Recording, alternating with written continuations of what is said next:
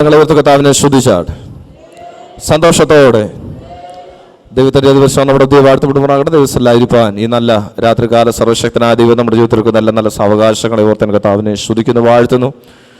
നമ്മൾ ദിവസമെല്ലാം ആഗ്രഹിക്കുകയും ദിവസം പ്രാർത്ഥിച്ചതുപോലെ നമ്മുടെ ഈ മാസത്തെ ഉപവാസ പ്രാർത്ഥനയുടെ പ്രാരംഭ സെക്ഷൻ ദിവസമല്ലായിരിക്കാനും കർത്താവിൻ്റെ മുൻമുഖത്തേക്ക് നോക്കുവാനും കർത്താവിനെ ആരാധിപ്പാനും ദിവസം പ്രാർത്ഥിപ്പാനും കർത്താവ് നമ്മെ സഹായിക്കും. ദൈവോർവളെ ഓർത്താൻ കർത്താവിനെ സ്തുതിക്കുന്നു. ദിവസമല്ലായ ദൈവദാസമ ദിവസമല്ലായ എല്ലാ വിലപ്പെട്ട ദിവനത്തിന് കർത്താവായ യേശു ക്രിസ്തു നാമത്തിൽ സ്നേഹവന്ദനത്തറിയുന്നു. വിശേഷാൽ ഇന്ന് രാത്രികാലം ദൈവനെ സംസാരിപ്പാൻ ദൈവസഭയുടെ ക്ഷണം സ്വീകരിച്ച് നമ്മുടെ മധ്യയായിരിക്കുന്ന കർത്താവിൻ്റെ ഒരു ദാസൻ പാസ്റ്റർ കോശി വിളിപ്പവരുടെ കുടുംബമായി ഓർത്താൻ കർത്താവിനെ സ്തുതിക്കുന്നു. കർത്തൃദാസൻ ഇന്ന് രാത്രികാലം നമ്മുടെ ദൈവനെ സംസാരിക്കും. കർത്തൃദാസന് ദൈവസഭയുടെ വന്ദനം അറിയിക്കുന്നു. കർത്താവിൻ്റെ ദാസനെ ശുശ്രൂഷയ്ക്കായി ക്ഷണിക്കുന്നു. ദൈവവചനത്തിൻ്റെ മാത്രം ഒരു പ്രത്യേകതയാണ്, എല്ലാവരുടെയും പുസ്തകം ഒരു പുസ്തകം. അമേരിക്കൻ പ്രസിഡന്റ് ഉപയോഗിക്കുന്ന ഈ പുസ്തകമാണ്.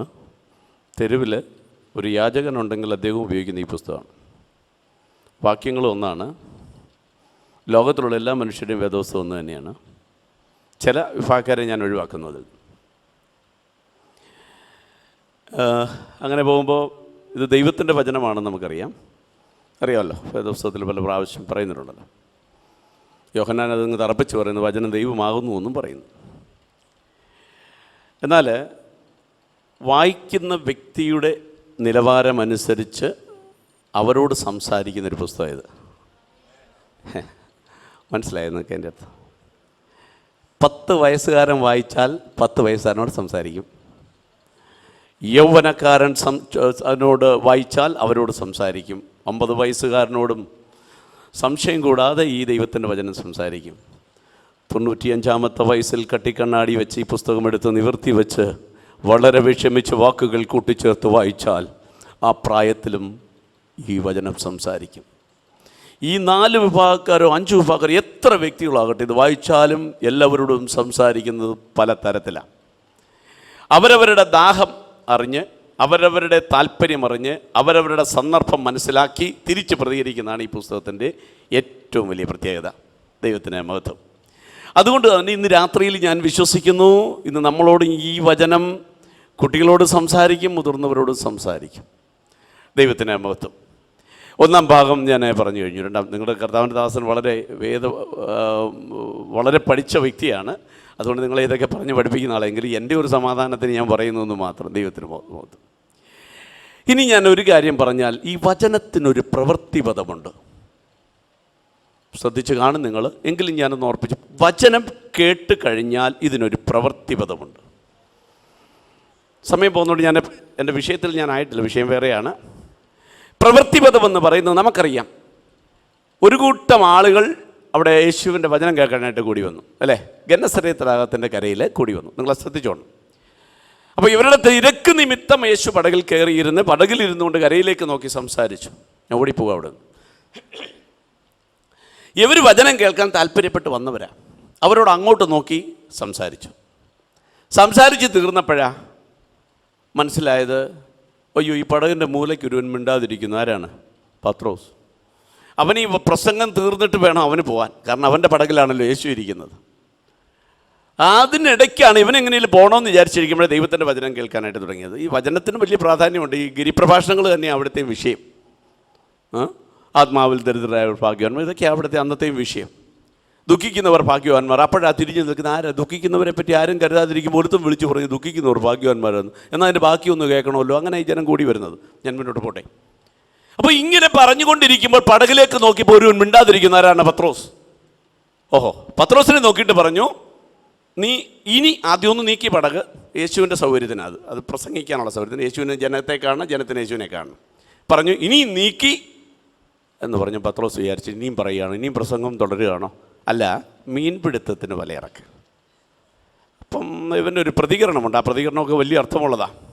അവൻ പറയുന്നു, ലൂക്കോസ് 5-ാം വാക്യം ഞാൻ ഈ പറയുന്നത്. അവൻ പറഞ്ഞു, അയ്യോ, കഴിഞ്ഞ രാത്രി മുഴുവൻ ഞങ്ങൾ അധ്വാനിച്ചവരാ ഞങ്ങൾ. പക്ഷേ ഇപ്പം ഞാൻ ഈ കേട്ട വചനത്തിൻ്റെ വെളിച്ചത്തിൽ, ഇപ്പം ഞാൻ കുറച്ച് നേരം സംസാരിച്ച് കേട്ടു. എന്താ നീ പറഞ്ഞത്? അധ്വാനിക്കുന്നവരും ഭാരം ചുമക്കുന്നവരുമായുള്ളവരെ എൻ്റെ അടുക്കൽ വരുവിൻ. അത് ഞാൻ കേട്ടു. കഴിഞ്ഞ രാത്രി അധ്വാനിച്ച് എൻ്റെ അധ്വാനം നഷ്ടപ്പെട്ടവനാ ഞാൻ. നഷ്ടത്തിന്റെ കണക്കുമായിട്ടാണ് ഞാൻ ഇരിക്കുന്നത്. എങ്കിലും ഇപ്പൊ ഈ പറഞ്ഞ വചനം ഞാൻ വിശ്വസിച്ചു. അതുകൊണ്ട് ഞങ്ങൾ ഇന്നലെ രാത്രി അധ്വാനിച്ചവരാ, പക്ഷേ ഇപ്പൊ നിന്റെ വാക്കിന് ഞാൻ വലയിറക്കാം. അവന്റെ പ്രതികരണമാണ്. നമുക്കറിയാം, വലയിറക്കി ഒരു വലിയ മത്സ്യക്കൂട്ടത്തെ പിടിച്ചു കയറ്റാനായി. ഇപ്പം എന്താ സംഭവിച്ചത്? പത്രോസ് വചനം കേട്ടു, അവൻ്റെ ജീവിതത്തിൽ അത് വെളിപ്പെട്ടു. കരയിൽ നിൽക്കുന്ന ജനം വചനം കേട്ടു. ഈ പറഞ്ഞതിൻ്റെയൊക്കെ അവർ നോക്കിക്കൊണ്ടിരിക്കുമ്പോൾ തന്നെ ഒരു അത്ഭുതം അവിടെ നടന്നു. ആമേൻ. പറഞ്ഞത് അധ്വാനിക്കുന്നവരെയും ഭാരം ചുമക്കുന്നവരോടാണ് സംസാരിച്ചത്. അധ്വാനിക്കുന്നവന് പ്രതിഫലം കൊടുത്ത് ദൈവം മാനിച്ചെങ്കിൽ ഇന്ന് രാത്രി മനസ്സിലാക്കണം, വചന കേൾവിക്കൊരു പ്രവൃത്തിപഥമുണ്ട്. ഇന്ന് ആരെങ്കിലും ഈ നിലയിലേക്ക് വചന പ്രവൃത്തിയിലേക്ക് നടന്നിട്ടില്ലെങ്കിൽ ഇന്ന് രാത്രി നടക്കണം. ഹല്ലേലൂയ, സ്തോത്രം.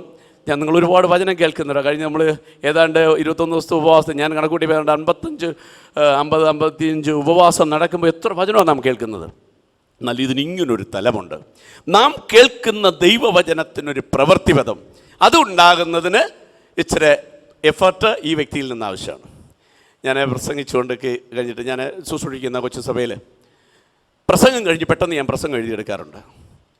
അതെൻ്റെ ഒരു പുതിയ അനുഭവം. എൻ്റെ മാത്രമാണോ പലരുടെയും ഉണ്ടോ എന്ന് എനിക്കറിയില്ല. സഭായം കഴിഞ്ഞാൽ ഉടനെ ഞാൻ എല്ലാവർക്കും ഒന്ന് പ്രാർത്ഥിച്ചു കഴിഞ്ഞാൽ ഉടനെ അവിടെ നിന്ന് പ്രസംഗം എഴുതും.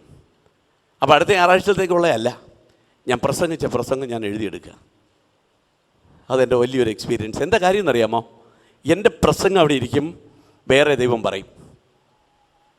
സ്തോത്രം. ഭയങ്കരമായി സാധനം. എന്താ ഇത് മാറിയെന്നറിയാമോ? എങ്ങനെ മാറി? ആരും ശ്രദ്ധിച്ചില്ലെങ്കിലും ഒരു മൂലയിൽ ഇരുന്നു കൊണ്ട് ഞരങ്ങുമ്പോൾ സ്വർഗത്തിലെ ദൈവം അതറിയും. ആ ഞരക്കത്തിന് മറുപടി പറയാൻ സ്വർഗത്തിലെ ദൈവം ദൈവദാസന്റെ നാവിനോട് ഇടപെടും. ആമേൻ. ആരും ശ്രദ്ധിച്ചില്ലെങ്കിലും ആരും അറിഞ്ഞില്ലെങ്കിലും സ്തോത്രം, നമ്മുടെ ഞരക്കത്തെ ശ്രദ്ധിക്കുന്ന ഒരു ദൈവം. അനുഭവിച്ചിട്ടുണ്ടോ? ഹല്ലേലൂയ. അനുഭവിച്ചിട്ടില്ലെങ്കിൽ അറിയണം. ഉറക്കത്തിൽ കിടക്കുമ്പോൾ അടുത്ത് കിടക്കുന്ന വ്യക്തി അറിഞ്ഞില്ലെങ്കിലും നമ്മുടെ ഞരക്കത്തിന്റെ അർത്ഥം ഗ്രഹിക്കുന്ന ഒരുവൻ. ആമേൻ. ആ പ്രതികരണം വചനത്തിന്, ആ ഞരക്കത്തോടെ വചനം ശ്രദ്ധിക്കുമ്പോൾ സ്തോത്രം, റിമോട്ട് കൊണ്ട് ചാനൽ മാറ്റുന്നത് പോലെ തന്നെ ദൈവദാസന്റെ മെസ്സേജ് മാറും. ഹല്ലേലൂയ. ഇങ്ങനൊരു ഒരു തലം ഇതിനുണ്ട്. ഞാൻ അനുഭവിച്ചിട്ടുള്ളത് നിങ്ങൾക്ക് ഷെയർ ചെയ്തതെന്ന് മാത്രം, നിങ്ങൾക്ക് ഇത് അറിയാവുന്നതാണ്. അതുകൊണ്ട് ഇന്ന് രാത്രിയിൽ നമുക്ക് ദൈവവചനത്തിൽ നിന്ന് ഒരല്പസമയം മുന്നോട്ട് പോകുമ്പോഴാണ് ഞാൻ ഇന്ന് രാത്രി ശുശ്രൂഷിക്കുന്നൊരു പ്രത്യേക വിഷയമാണ്. അതുകൊണ്ട് ആരും ഇവിടെ ഉറങ്ങുന്നവരുണ്ടാകത്തില്ല, അങ്ങനെ ഞാൻ വിശ്വസിക്കുന്നു. എൻ്റെ സഭയിൽ ആരും ഉറങ്ങത്തില്ല. 80 പേര് വന്നാൽ ആരും ഉറങ്ങത്തില്ല. സ്തോത്രം. അതുകൊണ്ട് ഇന്ന് ഞാൻ പ്രസംഗിക്കാൻ പോകുന്ന പരിശുദ്ധാത്മാവിനെ പറ്റിയാണ്. കർത്താവിൻ്റെ ദാസനും വചനം പഠിച്ചിട്ടുള്ള അറിയാവുന്നവർക്കൊക്കെ അറിയാം. പരിശുദ്ധാത്മാവിനെ പറ്റിയോ അല്ലെങ്കിൽ വെളിപ്പാട് പുസ്തകമോ അല്ലെങ്കിൽ കർത്താവിൻ്റെ രണ്ടാമത്തെ വരവ് പറ്റിയോ ഈ വരവിനെ പറ്റിയോ ഒക്കെ സംസാരിക്കാൻ തുടങ്ങിയാൽ ഒരുപാട് ബുദ്ധിമുട്ടുകളുണ്ടാവും. ശുശ്രൂഷിക്കുന്നവർക്കോ ഇല്ലെങ്കിൽ കേൾക്കുന്നവർക്കോ ഇല്ലേ പഠിക്കാൻ വരുന്നവർക്ക് ബൈബിൾ കോളേജിലൊക്കെ വലിയ ബുദ്ധിമുട്ടാണ് വെളിപ്പാട് പുസ്തകമൊക്കെ പഠിപ്പിക്കും. കാരണം ഇത് ശരിയായ രീതിയിൽ കേൾക്കരുതെന്ന് താല്പര്യമുള്ള വ്യക്തി ഉള്ളതുകൊണ്ട് ആ ഒരു നിലയിൽ പോകാൻ സാധ്യതയുണ്ട്. അതുകൊണ്ട് ഇന്ന് രാത്രിയിൽ നമുക്ക് ഏറെ താല്പര്യത്തോടെ ഈ വചനം ശ്രദ്ധിക്കാം. പരിശുദ്ധാത്മാവിനെ പറ്റിയാണ് ഞാൻ ഇന്ന് രാത്രി സംസാരിക്കാനായിട്ട് താല്പര്യപ്പെടുന്നത്. ഇത് ഞാൻ 3ാമത്തെ സ്ഥലത്താണിത് പ്രസംഗിക്കുന്നത്. എനിക്കിത് പ്രസംഗിച്ചങ്ങോട്ട് മതിയാകുന്നില്ല, കാരണം വേദികൾ കുറവാണ് ഞങ്ങൾക്ക്. പക്ഷേ എനിക്ക് മനസ്സിലായിട്ടുള്ളത്, ഇത് നമ്മളോട് ഞാൻ ദൈവസ്ഥിതി കരഞ്ഞിട്ടുള്ള സംഗതിയായത്. എത്ര ആളുകളോട് ഇത് പറയണം? ഒരാളായാലും 2 ആയാലും 200 പേരായാലും എത്ര പേരോട് ഇത് പറയണം? എൻ്റെ വലിയ താല്പര്യമായി. ഇതിനകത്ത് അങ്ങനെ ഒരു മർമ്മം ദൈവം മറച്ചു വെച്ചിട്ടുണ്ട്. ദൈവത്തിന് സ്തോത്രം.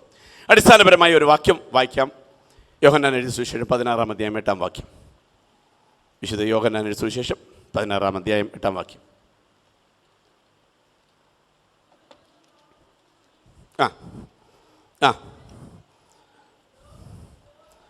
അവൻ വന്ന് പാപത്തെക്കുറിച്ചും നീതിയെക്കുറിച്ചും ന്യായവിധിയെക്കുറിച്ചും ലോകത്തിന് ബോധം വരുത്തും. ഇതെന്തിനെ പറ്റിയാണ് പറയുന്നത് നമുക്ക് നന്നായിട്ട് അറിയാം. ആരെ പറ്റിയാ? പരിശുദ്ധാത്മാവിനെ പറ്റിയാ.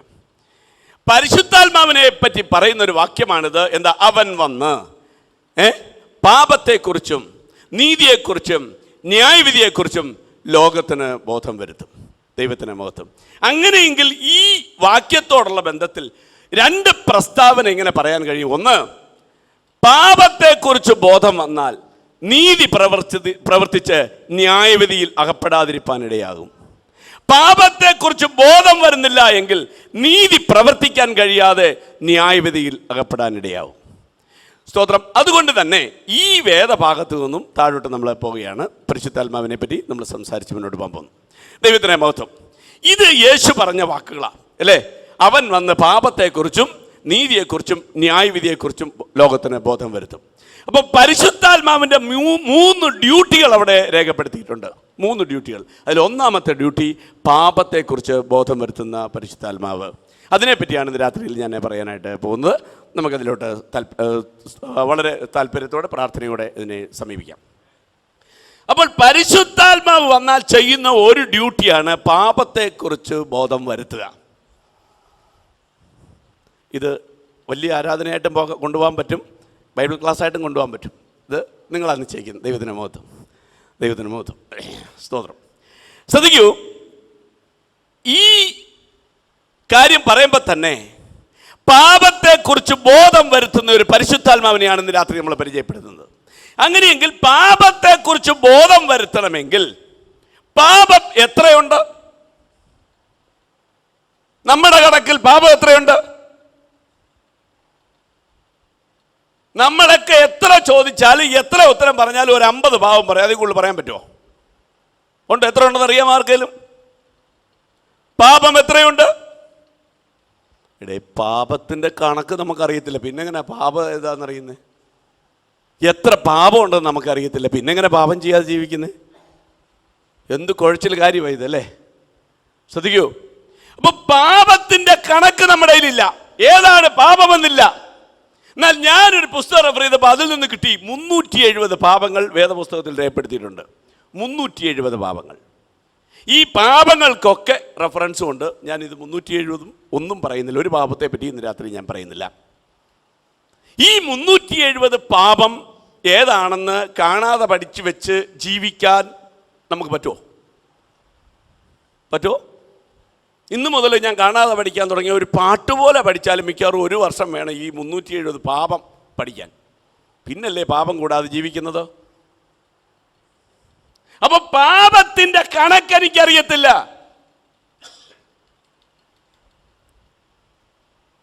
പാപത്തിന്റെ കണക്കറിയാതെ, പാപം ഏതാണെന്ന് തിരിച്ചറിയാതെ ഞാനെങ്ങനെയാ പാപമില്ലാതെ ജീവിക്കുന്നത്? അവിടെയാണ് ഈ വാക്യത്തിന്റെ പ്രസക്തി. നമ്മളിൽ ഇരുന്നു കൊണ്ട് പാപത്തെക്കുറിച്ച് ബോധം വരുത്തുന്ന ഒരു പരിശുദ്ധാത്മാവ്. നീ കൈ നീട്ടുമ്പോൾ നിന്നോട് സംസാരിക്കുന്നു, എന്നോട് സംസാരിക്കുന്നു. നീ പാപം ചെയ്യാൻ പോകുന്നു.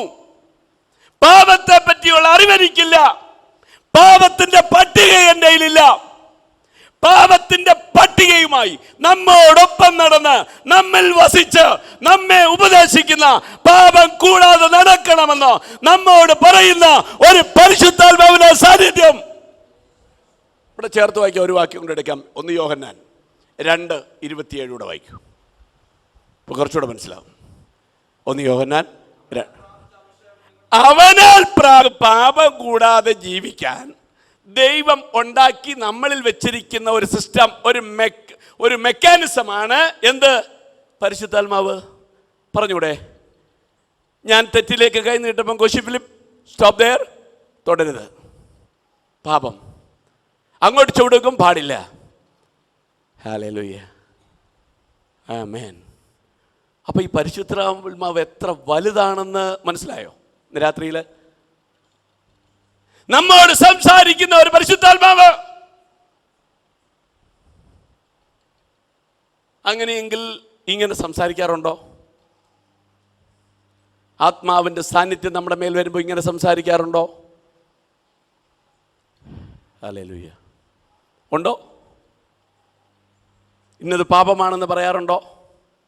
ഇന്നത് ചെയ്യരുതെന്ന് പറയാറുണ്ടോ? ഇന്നത് ചെയ്യണമെന്ന് പറയാറുണ്ടോ? ഇല്ലെങ്കിൽ ഒരു പരിശോധന ആവശ്യമാണ്.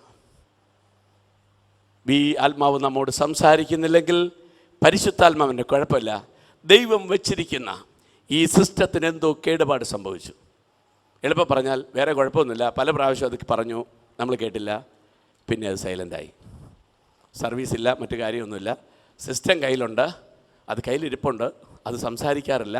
അതുകൊണ്ട് തന്നെ പലപ്പോഴും പാപം ചെയ്തും തിരുത്തിയും വീണും എഴുന്നേറ്റും പൊയ്ക്കൊണ്ടിരിക്കുന്നു.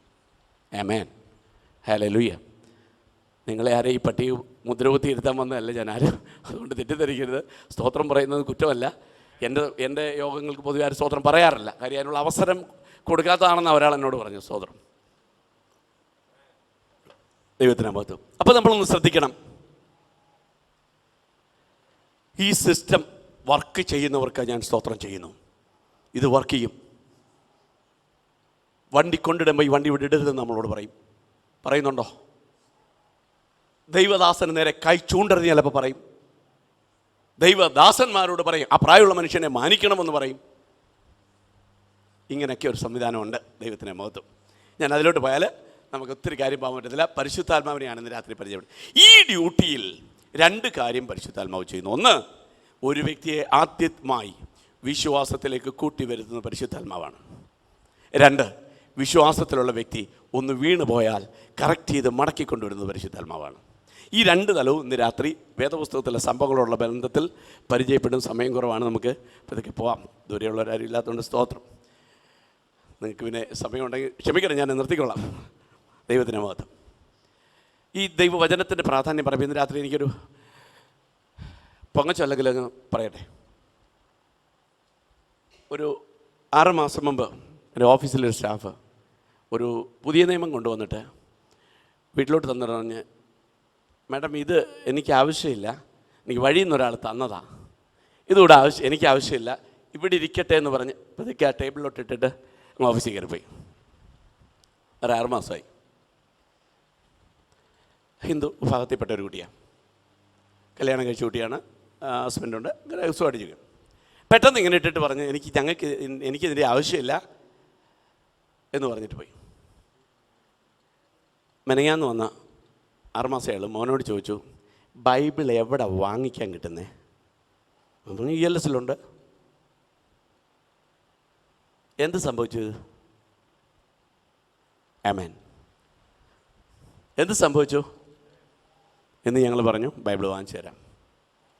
പോയി അന്വേഷിച്ച് തെറ്റായിട്ടുള്ള ബൈബിളൊന്നും വായിക്കണം, ശരിയായ ബൈബിൾ വാങ്ങിച്ചു തരാം. മനസ്സിലാവുന്നോ?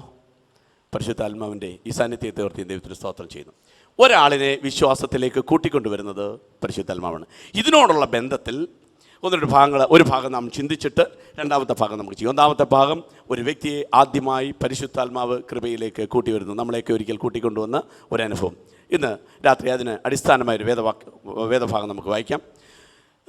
ലൂക്കോസ് എഴുതിയ സുവിശേഷം അതിൻ്റെ 7-ാം അധ്യായം, അതിൻ്റെ 36 മുതൽ 39 വരെ, അത് കഴിഞ്ഞതിന് ശേഷം 44 മുതൽ 47 വരെ. ലൂക്കോസ് 7, 36 മുതൽ 39 വരെ, 44 മുതൽ 47. ദേശത്തൊക്കെ നടക്കുന്നുണ്ട്, അനേകർ പല കാര്യങ്ങൾ പറയുന്നുണ്ട്. യേശു ഇടയ്ക്ക് പറയുന്നുണ്ട് രാജ്യം സ്ഥാപിക്കാൻ പോവുക, ഇങ്ങനെ കുറച്ച് കാര്യങ്ങൾ പറയുന്നുണ്ട്. അല്ലാതെ തന്നെ വലിയൊരു അധികാരം ഒക്കെ വന്നതുപോലെ തോന്നുന്നു, കാര്യം കൂടെ കുറേ ആളുകളുണ്ട്. അപ്പോൾ ഇതെല്ലാം കണ്ടപ്പോൾ പരീശനൊരു സംശയം, ഇനി ഇവനെങ്ങാനും കയറി ഇവിടെ രാജാവായി ഭരിക്കുന്ന ഒരു സംഗതി വല്ലതും വന്നു പോയാലോ, അല്ലെങ്കിൽ തന്നെ ഏതെങ്കിലും ഒരു നിലയിൽ വന്നാൽ, ഇവനുമായി ഒരു ബന്ധം സ്ഥാപിച്ചിരുന്നാൽ ഇന്നല്ലേ നാളെ ഒരാവശ്യത്തിനൊന്ന് ചെല്ലുമ്പോൾ എനിക്കൊരു കസേര കിട്ടും അല്ലേ? ഇല്ലെങ്കിൽ ഒരു ബന്ധം സ്ഥാപിച്ചിരുന്നാൽ എപ്പോഴായാലും നല്ലതാണ്. ഇല്ലെങ്കിൽ ഇവനിവിടെ പറയുന്നു പ്രവാചകനായിരുന്നുവെങ്കിൽ, അങ്ങനെയെങ്കിൽ പ്രവാചകനാണെന്ന് അറിഞ്ഞുകൊണ്ടായിരിക്കും ഒരു പക്ഷേ വിളിച്ചത്. വരുന്നത് നല്ലതാ, എന്തെങ്കിലും കാര്യങ്ങൾ വല്ലതും ഉണ്ടെങ്കിൽ അറിയാമല്ലോ.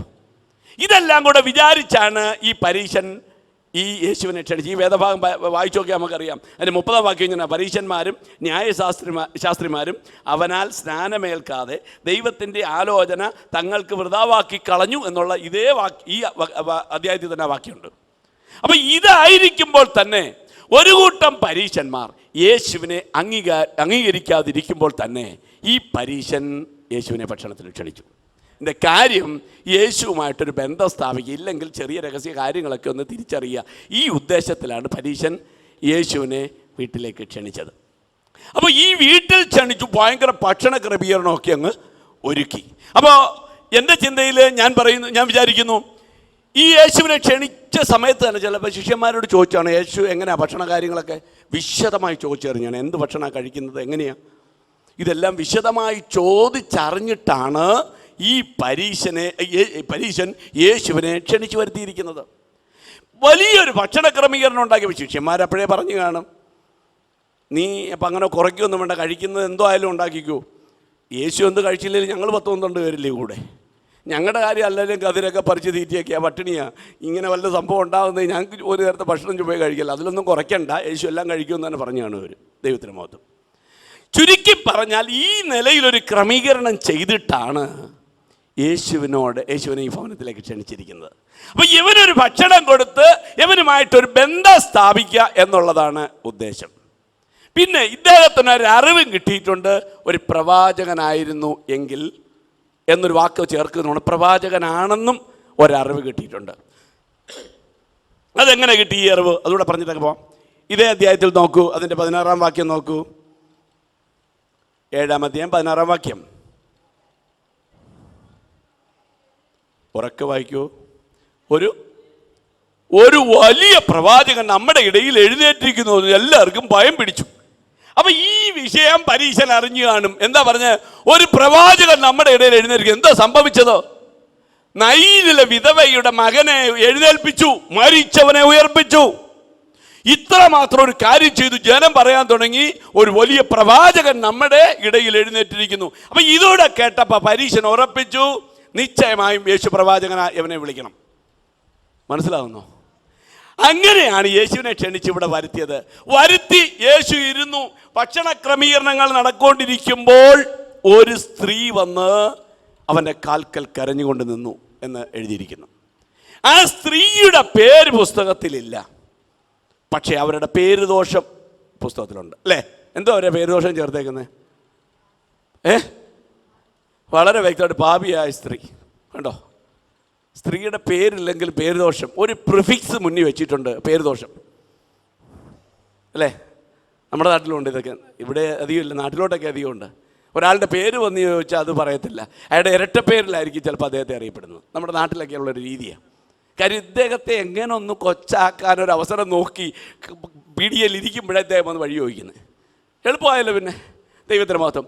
എന്തായാലും ഈ സ്ത്രീയെ പറ്റി പറയുമ്പോൾ ഒരു പ്രിഫിക്സ് എടുത്തു വെച്ചിട്ടുണ്ട്. ആര്?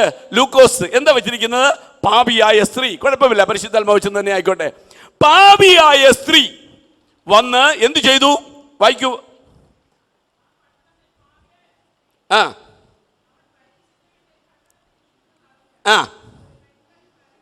ഒരു ഭരണി പരിമള തൈലം കൊണ്ടുവന്നു.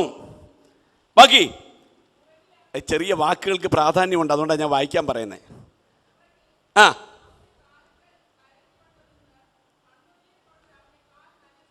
നനച്ചു തുടങ്ങി. അപ്പൊ ഈ സ്ത്രീയുടെ ഉദ്ദേശം എന്തായിരുന്നു? കണ്ണുനീർ കൊണ്ട് കാല് നനച്ചു തുടങ്ങി എന്ന് അവിടെ ചേർത്തിരിക്കുന്നത് കൊണ്ട് നമുക്ക് വ്യക്തമായി മനസ്സിലാക്കാം, ഈ സ്ത്രീയുടെ താല്പര്യം ഈ കാൽ സ്തോത്രം മുഴുവനായി കണ്ണുനീർ കൊണ്ട് നനയ്ക്കുക എന്നുള്ളതായിരുന്നു ഒരു ഉദ്ദേശം. അല്ലേ? അതല്ലേ തുടങ്ങി എന്നവിടെ എഴുതിയിരുന്നത്? അല്ലെ പിന്നെ എന്നാ തുടങ്ങി എന്ന് എഴുതേണ്ട കാര്യമല്ലോ. നനച്ചു, അല്ലെങ്കിൽ കണ്ണിൽ നിന്ന് അറിയാതെ കണ്ണുനീർ വീണ് നനഞ്ഞു എന്തെഴുതിയാൽ പോരായിരുന്നോ? അങ്ങനെയല്ലോ എഴുതിയിരിക്കുന്നത്. വളരെ വ്യക്തമായിട്ടല്ലേ എഴുതിയിരിക്കുന്നത്, നനച്ചു തുടങ്ങി. അപ്പോൾ ഈ സ്ത്രീക്കൊരു ഉദ്ദേശമുണ്ട്. എന്താ ഉദ്ദേശം? യവന്റെ കാല് പൂർണ്ണമായി എൻ്റെ കണ്ണുനീർ കൊണ്ട് കഴുകണം. ആമേൻ. സ്തോത്രം. ഏതായി കണ്ണുനീര്? തൻ്റെ ഓരോ പാപങ്ങളും ഓർത്ത് ഓർത്ത് ഓർത്ത് ഓർത്ത്. ഒരുപക്ഷെ യേശുവിനെ തൻ്റെ വീട്ടിലേക്ക് വിളിച്ചാൽ യേശു വരത്തില്ലായിരിക്കാം. അതുകൊണ്ട് അടുത്ത വീട്ടിൽ ചെന്ന് യേശുവിൻ്റെ കാൽ കഴുകുന്ന ഒരനുഭവമാണ് ഈ സ്ത്രീ ചെയ്യുന്നത്. ഈ സ്ത്രീയുടെ ഉദ്ദേശം യേശുവിൻ്റെ കാൽ കഴുകുക. അല്ലേ? എന്താ അടുത്ത് ചെയ്തിരിക്കുന്നത്? അതിനുശേഷം കണ്ണുനീർ കൊണ്ട് അവൻ്റെ കാൽ നനച്ചു തുടങ്ങി, തലമുടി കൊണ്ട് തുടച്ച് കാൽ ചുംബിച്ചു തൈലം പൂശി. താഴെ പരീശനോട് പറയുമ്പോൾ പറഞ്ഞിട്ടുണ്ട്, എന്താ? നീ വെള്ളം തന്നില്ല, തൈലം പൂശിയില്ല, ചുംബനം തന്നില്ല. പരീശന്റെ ആചാര മര്യാദയായത് എന്താ? വീട്ടിൽ വരുന്ന വ്യക്തിക്ക് കാല് കഴുകാൻ വെള്ളം കൊടുക്കണം. ആമേൻ. അവന്റെ കവിളിൽ ചുംബിക്കണം, അവന്റെ തലയിൽ തൈലം പൂശണം. ഇത് അവിടെ നടക്കുന്ന ഒരു ആചാര മര്യാദയാണ്. എന്നാൽ പരീശൻ മനഃപൂർവ്വം ഇത് ഒഴിവാക്കി. എന്താ കാര്യം? അത്രയ്ക്കൊന്നും വേണ്ട, ഞാൻ പിന്നെ അങ്ങ് വിളിച്ചെന്നല്ലേ ഉള്ളൂ, അല്ലേ? അത്രയ്ക്ക് വലുതായിട്ട് ഓണർ ചെയ്യത്തക്കൊണ്ടൊന്നും യേശുവില്ല. ഞങ്ങൾക്കറിയാമല്ലോ പാരമ്പര്യമൊക്കെ, ശരിയല്ലേ? പിന്നെ എന്താ ഇപ്പൊ വിളിച്ചത്? ഒറ്റ കാര്യമേ ഉള്ളൂ, ഇപ്പോ ഈ സന്ദർഭത്തിൽ ഒരു ബന്ധം, അതുകൊണ്ടാണ് വിളിച്ചത്. അപ്പൊ മനഃപൂർവ്വമായി ഇതങ്ങ് മറന്നു. എന്താ? കാല് കഴുകല്, ചുംബനം കൊടുപ്പ്, സ്തോത്രം, ഈ കാല് തുടപ്പ്, തൈലം പൂശ, എല്ലാം ഈ പരീശൻ മനഃപൂർവ്വമായി അങ്ങ് മറന്നു. പക്ഷേ ഇത് യേശു ശ്രദ്ധിച്ചു. ആമേൻ, ഹല്ലേലൂയ. ഈ സ്ത്രീ അവൻ്റെ കാൽ നനച്ചു തുടങ്ങി. അതിനുശേഷം വിശേഷമായി സൂക്ഷിച്ചിരിക്കുന്ന പരിമള തൈലം എടുത്തു കാൽ തലമുടി കൊണ്ട് തുടച്ചു. എന്താ തലമുടി സ്ത്രീക്ക്? എന്താ തലമുടി? 1 കൊരിന്ത്യർ 11-ാം അധ്യായം 15-ാം വാക്യം ഒന്ന് വായിച്ചേക്കൂ. വെറുതെ വായിച്ച് പെട്ടെന്ന് തിരിച്ചു വരാം, അറിയാമെങ്കിലും.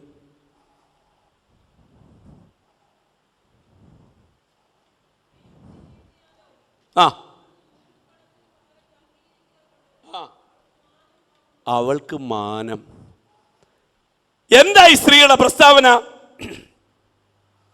എനിക്ക് മാന്യതയുള്ള ഒരു സാധനമാണ് എൻ്റെ മുടി, അതുകൊണ്ട് ഞാൻ നിന്റെ കാല് തുടയ്ക്കും. പിന്നെയോ നാളുകളായി സമ്പാദിച്ചു വച്ചിരിക്കുന്ന പരിമള തൈലം പൂശും. അതിനകത്ത് വേറെ വിശേഷമുണ്ട്. എന്താ കാര്യം? വെള്ളത്തിന് പകരം കണ്ണുനീർ ഉപയോഗിച്ചു, തുണിക്ക് പകരം തലമുടി, തന്റെ മാന്യത ഉപയോഗിച്ചു. കവിളിൽ തൈലം പൂശേണ്ടതിന്, തലയിൽ തൈലം പൂശേണ്ടതിന് പകരം ഇവൻ കാലിൽ തൈലം പൂശി. എന്താ ഇവരുടെ പ്രസ്താവന? എനിക്ക് നിന്റെ മുഖത്തേക്ക് നോക്കാൻ പോലുമുള്ള യോഗ്യതയില്ല, ഞാൻ പാപിയായ സ്ത്രീയാ. എന്റെ പാപത്തിന്റെ കണക്കറിയണമെങ്കിൽ നിന്റെ കാലിന്റെ പാദമല്ല, നിന്നെ മുഴുവൻ കഴുകാനുള്ള കണക്കെനിക്കുണ്ട്.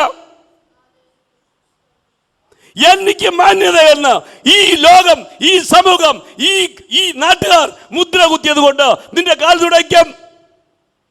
എന്റെ അധരങ്ങൾ അശുദ്ധമാ, നിന്റെ കവിളിൽ ചുംബിക്കാനുള്ള യോഗ്യത എനിക്കില്ല, അതുകൊണ്ട് നിന്റെ കാലിൽ ചുംബിക്കും. ആമേൻ, ഹല്ലേലൂയ, സ്തോത്രം. ഈ സമർപ്പണം കണ്ടോ?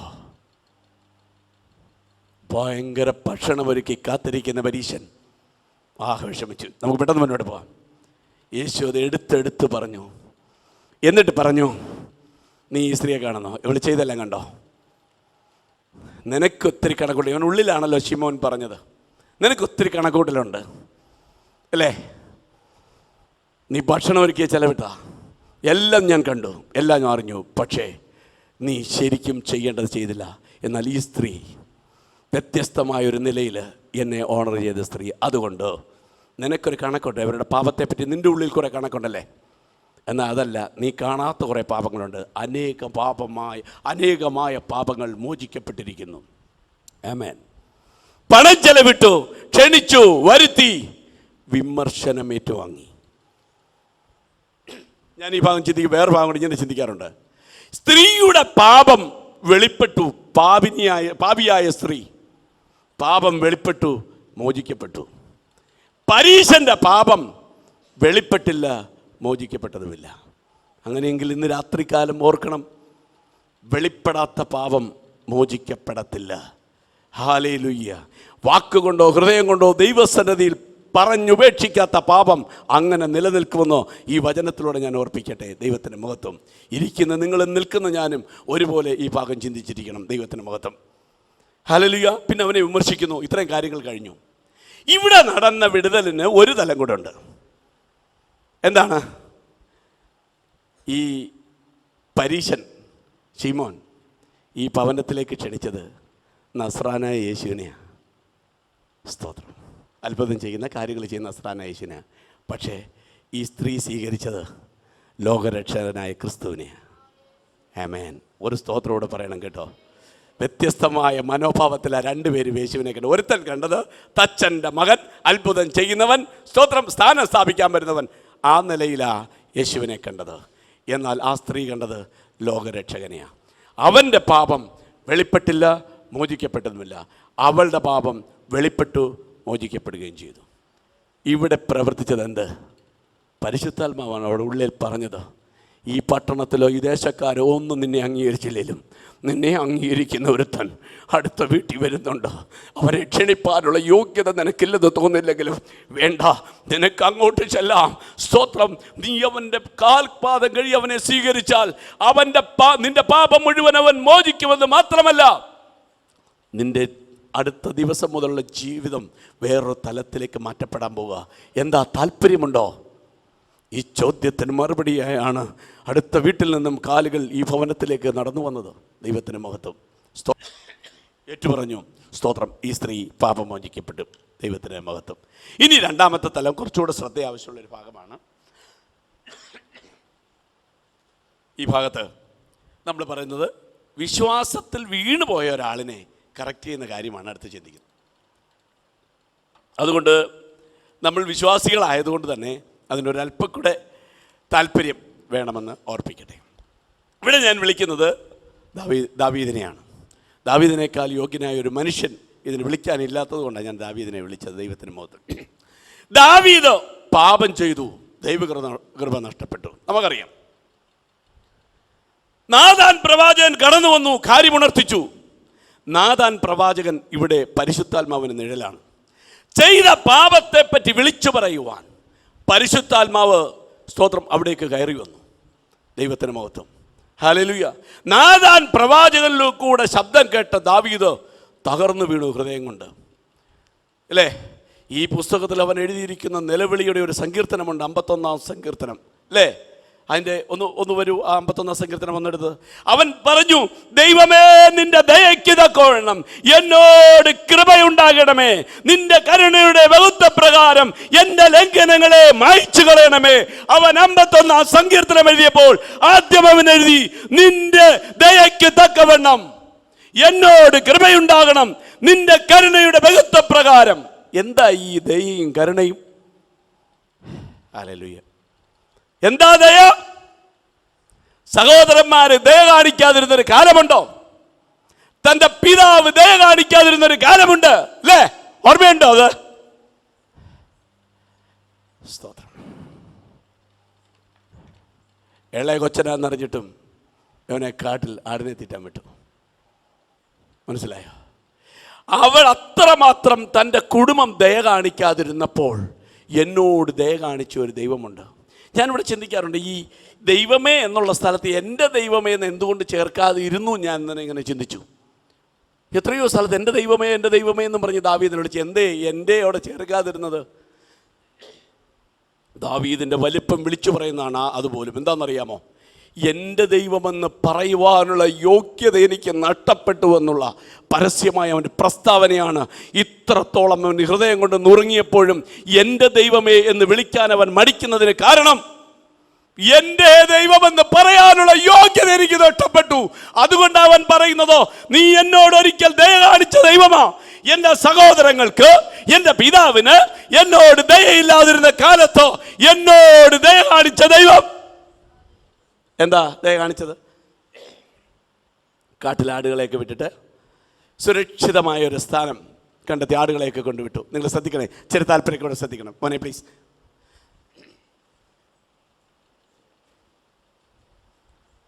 സുരക്ഷിതമായ ഒരു സ്ഥാനത്ത് ആടുകളെയൊക്കെ വിട്ടതിന് ശേഷം ഈ ദാവീദ് തൻ്റെ കിന്നരമൊക്കെ എടുത്തു വെച്ച് പാടാൻ തുടങ്ങി. എന്താ ഇപ്പോൾ വിട്ടിരിക്കുന്ന ആടുകളെ വിട്ടിരിക്കുന്ന സ്ഥാനം സുരക്ഷിതത്വം ഉറപ്പുവരുത്തിയ സ്ഥലമാണ്. നല്ല പുൽപ്പുറം, പച്ചയായ പുൽപ്പുറം, അല്ലേ? 21-ാം സങ്കീർത്തനങ്ങളല്ലേ പറയുന്നത്. നല്ല വെള്ളം കുടിക്കാൻ, സ്വസ്ഥതയുള്ള വെള്ളം, അല്ലേ? ഇതെല്ലാം ക്രമം സുരക്ഷിതത്വം വളരെയധികമുണ്ട്. എല്ലാം വെച്ചതിന് ശേഷം ഞാൻ ഇങ്ങനെ ചിന്തിക്കുക, ഒരു മരത്തിൽ ചാരിയിരുന്ന് തൻ്റെ കിന്നരമെടുത്ത് വെച്ച് സ്വർഗത്തിലേക്ക് നോക്കിയിരിക്കുമ്പോൾ അവൻ്റെ അടുക്കിലേക്ക് ഒരു ആട് വന്നു എന്നങ്ങ് ചിന്തിക്കാം. ആട് വന്നവനെ സ്നേഹത്തോടെ നോക്കി നിൽക്കുമ്പോൾ അവൻ്റെ മുഖത്തേക്ക് നോക്കി പറഞ്ഞു, നീ ഒരു സുരക്ഷിതത്വം ഇപ്പോൾ അവന് അനുഭവിക്കുന്നില്ലേ?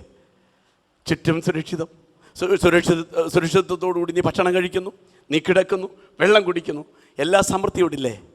നീ ഈ കാണുന്നത് പോലെ എനിക്കൊരിടയനുണ്ട്. ഈ വിശ്വസ്തനായ നിൻ്റെ ഇടയനല്ലേ ഞാൻ, അതുപോലെ എനിക്കൊരിടയനുണ്ട്. അവൻ എഴുതി, യഹോവ എൻ്റെ ഇടയനാകുന്നു, ആടവനെ വീണ്ടും നോക്കിക്കാണും. ഹോ, സ്തോത്രം. തൻ്റെ അപ്പൻ കരുണ കാണിക്കാതിരുന്നപ്പോൾ, സഹോദരങ്ങൾക്ക് ദയ തോന്നാതിരുന്നപ്പോൾ കാട്ടിൽ കിടക്കുകയാണ് ദാവീദ്. അവൻ അവിടെ കിടന്നുകൊണ്ട് ഇവൻ്റെ ദൈവത്തിന് മഹത്വം കൊടുക്കുക. ഇസ്രായേലിൻ്റെ ഒന്നാമത്തെ രാജാവ് വീണു. സ്വർഗം അന്വേഷിച്ചു, ഒരു രാജാവിനെ വേണം. എങ്ങോട്ട് പോകും? ദൈവത്തിൻ്റെ ആത്മ ഭൂമിയിൽ ഊടാടി സഞ്ചരിച്ചപ്പോൾ എൻ്റെ ചിന്തയിൽ ഇങ്ങനെ ഞാൻ പറയട്ടെ, ഒരുത്തനെ കണ്ടു. എന്താ? അപ്പനും അമ്മയും കുടുംബം മുഴുവൻ തള്ളിക്കളഞ്ഞ സ്ഥാനത്ത്, സ്തോത്രം, ദൈവത്തിന് മഹത്വം കൊടുത്തുകൊണ്ട് തൻ്റെ അപ്പൻ്റെ ആടുകളെ വിശ്വസ്തയോടെ മേയ്ക്കുന്ന, അവയെ സൂക്ഷിക്കുന്ന ഈ ഇടയച്ചരക്കരെ കണ്ടിട്ടും അതിൻ്റെ ഇടയിലും ദൈവത്തിന് മഹത്വം കൊടുക്കുന്നവരെ കണ്ടിട്ടോ ദൈവത്തിൻ്റെ ആത്മാവ് പറഞ്ഞു, ഇവൻ തന്നെ അടുത്ത രാജാവ്. അപ്പൻ്റെ ആടുകളെ വിശ്വസ്തയോടെ മേയ്ക്കുന്ന ഇവൻ തന്നെ ആയിരിക്കണം അടുത്ത ഇസ്രായേലിൻ്റെ രാജാവ്. സ്വർഗത്തിലെ ദൈവം കുറിച്ചിട്ടു. ഇപ്പൊ വീട്ടിലൊരു ചടങ്ങ് നടക്കുക. എന്താ ചടങ്ങ്? ശമൂവേൽ പ്രവാചകൻ വന്നു, ഓരോരുത്തരെ ഇറക്കി നിർത്തുക. അവിടെയും ശമൂവേൽ പ്രവാചകൻ ഒരു തെറ്റുപറ്റിയെന്ന് എൻ്റെ എളിയ ചെന്തുകൊണ്ട് പറയാം. പ്രവാചകന് തെറ്റുപറ്റിയെന്നൊക്കെ പറയാനുള്ള യോഗ്യത എനിക്കില്ല. തെറ്റിദ്ധരിക്കല്ലേ, ആരും തെറ്റിദ്ധരിക്കല്ലേ ആ ഭാഗം. ഞാനിങ്ങനെ ചിന്തിച്ചിട്ടുണ്ട്. ഈ പ്രവാചകൻ ഇച്ചിരി സ്പീഡ് കൂടിപ്പോയി. ദേ പറഞ്ഞു, ഈശായിയുടെ ഭവനത്തിലേക്ക് പോകണം. ഉടനെ അടുത്ത ഡയലോഗ് പറയുന്നത് അറിയോ? ഓ, ശൗൽ അറിഞ്ഞാ എന്നെ കൊല്ലും. ഒരിച്ചൊരു സമയം കൊടുത്ത ബാക്കി കൂടെ പറഞ്ഞു, അവിടെ ചെല്ലുമ്പോൾ ആ ചെറുക്കൻ അവിടെ കാണത്തില്ല, അവൻ കാട്ടില്ല, നീ വെയിറ്റ് ചെയ്താൽ മതി, അവനെ വിളിക്കാൻ പറഞ്ഞത്, വേറെ ആരെയും നീ അന്വേഷിക്കാൻ വേണ്ട. ഇത് പറയാൻ സമയം കൊടുക്കണ്ടേ? കേട്ടുടനെ ശൗലിൻ്റെ മുഖം ഓർമ്മ വന്ന് ഈശായിയുടെ ഭവനത്തിൽ പോകാനേ പറഞ്ഞു. ദൈവം പറഞ്ഞു ഉടനെ ശമൂവേൽ പ്രവാചകൻ ഞെട്ടിപ്പോയി. ശൗൽ ഞാൻ എന്നെ കൊല്ലും. ഇത് പറഞ്ഞോടാ, ആ ശരി, എന്നാ നീ പോ, അവിടെ ചെന്ന് കുറേ നേരം അന്വേഷിച്ച് ആളിനെ കണ്ടുപിടിക്കും. ബാക്കി പറയാൻ സമ്മതിച്ചില്ലല്ലോ, പൊയ്ക്കോ. അങ്ങനെ പറഞ്ഞു വിട്ടേ എന്നുള്ള ചിന്തയാണ് എൻ്റെ മനസ്സിലുള്ളത്. ദൈവത്തിൻ്റെ മഹത്വം വായിച്ചാൽ അങ്ങനെ അവിടെ തോന്നും. പറയാൻ അവസരം കൊടുത്തില്ല. ഈ വീട്ടിൽ വന്നു ശമൂവേൽ പ്രവാചകൻ വന്ന് ഈശായിയുടെ മക്കളെ ഇറക്കി നിർത്തി നോക്കി. ഓരോരുത്തരെയും നോക്കി, പറ്റത്തില്ല. ഇവിടെ പോയ ഒരുത്തൻ കാട്ടിലിരുന്ന് 5-ാം വാക്യം കുറിച്ചിട്ടു. എന്താ 5-ാം വാക്യം? 23-ാം സങ്കീർത്തനം 5-ാം വാക്യം വായിക്കൂ. ഹല്ലേലൂയ.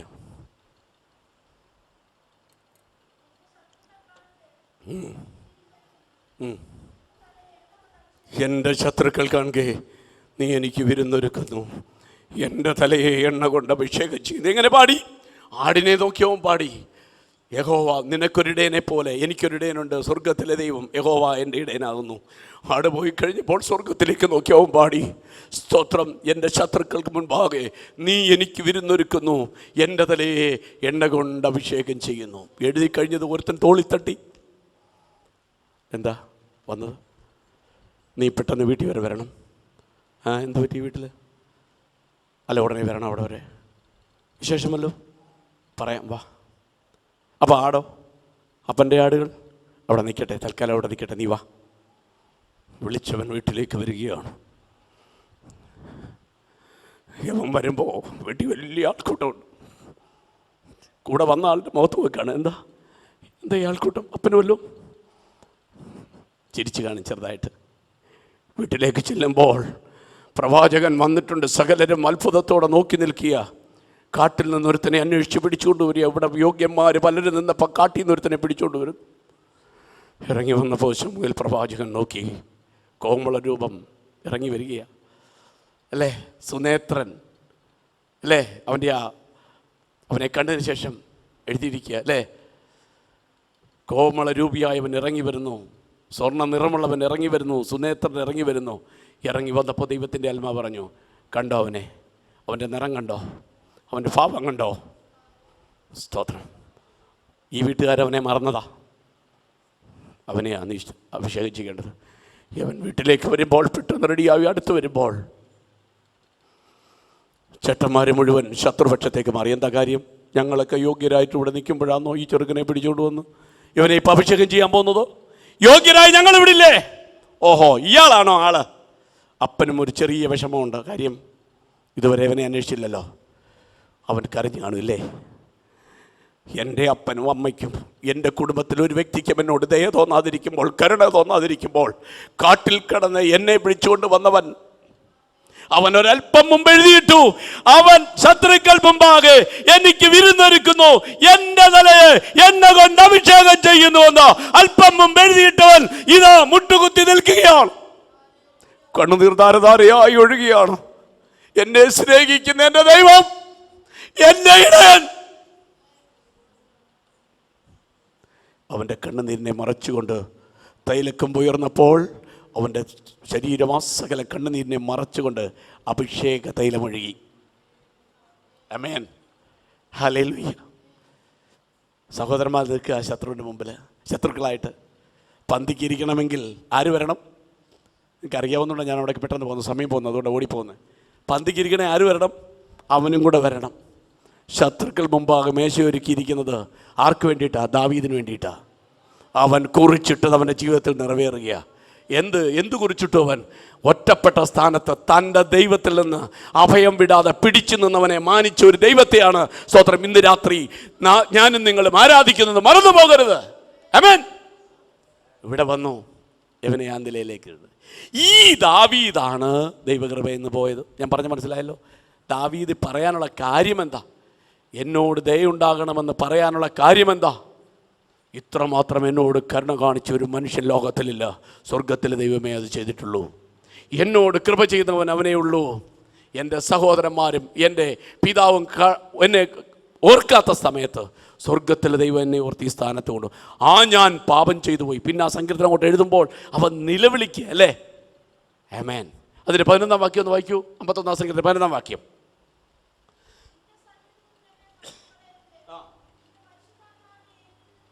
നിന്റെ പരിശുദ്ധാത്മാവിനെ, ഇവിടെ മോനെ ഇവിടെ ശ്രദ്ധിക്കണേ പ്ലീസ്, നിന്റെ പരിശുദ്ധാത്മാവിനെ എന്നിൽ നിന്നും എടുക്കരുത്. എന്താ ദാവീദേ? നമുക്ക് ചോദിക്കാം, എന്താ നീ ഇങ്ങനെ പറയാൻ കാര്യം? അവൻ പറയും, പരിശുദ്ധാത്മാവ് നഷ്ടപ്പെട്ട ഒരു മനുഷ്യനെ എനിക്കറിയാം. അവൻ ഇസ്രായേലിന്റെ രാജാവായിരുന്നു. ഒന്നാമത്തെ രാജാവായവന്റെ അഭിഷേകം നഷ്ടപ്പെട്ടതിന് ശേഷം അവന്റെ സ്ഥിതി ഞാൻ കണ്ടിട്ടുണ്ട്. അവന്റെ മുഖഭാവം ഞാൻ ശ്രദ്ധിച്ചിട്ടുണ്ട്. പേടിച്ചാന്റെ അരണ്ട് അവന്റെ മുന്നിൽ നിന്ന് ഞാൻ കിന്നരം വായിച്ചിട്ടുണ്ട്. ഒരു മനുഷ്യനിൽ നിന്ന് പരിശുദ്ധാത്മാവ് നഷ്ടപ്പെട്ടാൽ ഏതൊക്കെ നിലയിൽ അവൻ അധപ്പതിക്കുമെന്ന് കണ്ടവനാ ഞാൻ. അതുകൊണ്ട് നീ എന്നെ തള്ളിക്കളയരുത്. മാത്രമല്ല നിന്റെ പരിശുദ്ധാത്മാവിനെ എന്നിൽ നിന്നും എടുക്കരുത്. എന്റെ മേൽ പകർന്ന അഭിഷേകം തിരിച്ചെടുക്കരുതെന്ന് നിലവിളിക്കുന്ന ദാവീദിനെ നിങ്ങൾ ശ്രദ്ധിക്കൂ. എന്നെ തള്ളിക്കളയരുത്, എന്നെ പരിശുദ്ധാത്മാവിനെ എന്നിൽ നിന്ന് മടക്കിയെടുക്കരുത്. ആമേൻ. നമുക്കറിയാം അതിൻ്റെ 1 ശമൂവേൽ പുസ്തകം 2 ഭാഗത്ത് പോകല്ല, ഞാൻ നല്ല സൂചിപ്പിക്കുക. ദാവീദിനെ അഭിഷേകം ചെയ്തു കഴിഞ്ഞാൽ 2 കാര്യം അവിടെ എഴുതിയിട്ടുണ്ട്. ഒന്ന്, ശമൂവേൽ പ്രവാചകൻ എഴുന്നേറ്റ് രാമയിലേക്ക് പോയി. യഹോവയുടെ സന്നിധിയിൽ നിന്നും ദുരാത്മാവ് ശൗലിനെ ബാധിച്ചു. കണ്ടോ? ആമേൻ. മനസ്സിലാവുന്നോ? ഇത് തന്നെ ഈ മനുഷ്യൻ എഴുതിയിരിക്കുന്നത്. സ്തോത്രം, ഹല്ലേലൂയ. ഞാൻ താഴ്ത്തു വരട്ടെ. അപ്പോൾ ഈ മനുഷ്യനാണ് ദൈവസന്നിധിയിൽ പാപം ചെയ്തത്. അതാണ് അവൻ പറയുന്നത്, നിന്റെ പരിശുദ്ധാത്മാവിനെ എന്നിൽ നിന്നും എടുക്കരുത്. എന്നിട്ട് പിന്നെ അവൻ നിൽക്കുമ്പോൾ 18-ാം വാക്യം വായിക്കൂ. യെരുശലേമിന്റെ, ഞാൻ അത് മാത്രം പറഞ്ഞു നിർത്തട്ടെ. യെരുശലേമിന്റെ മതിലുകളെ പണിയണമേ. യെരുശലേമിന്റെ മതിലും ഇതുമായിട്ട് എന്താ ബന്ധം?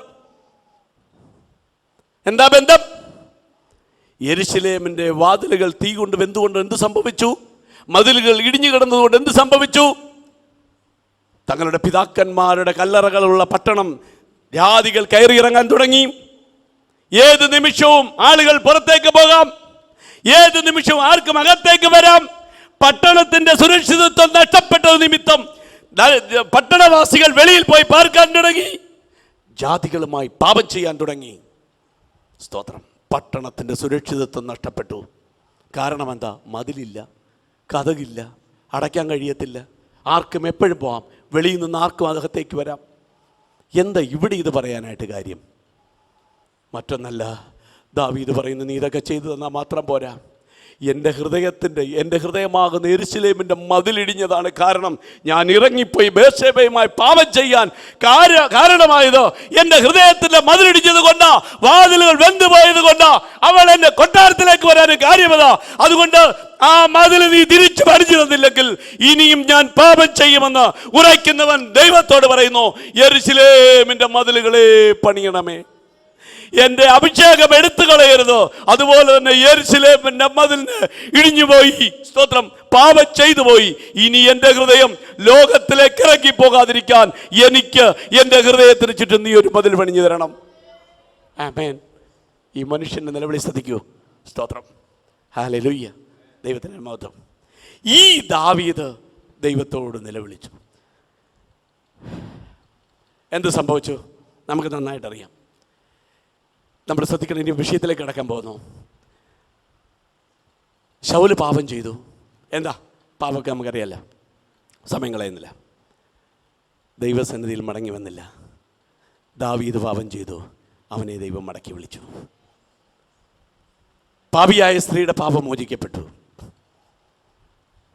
ഇത്രയും പണം ചെലവിട്ട് യേശുവിനെ ക്ഷണിച്ചിട്ടും പരീശൻ്റെ പാപം ക്ഷമിക്കപ്പെട്ടില്ല.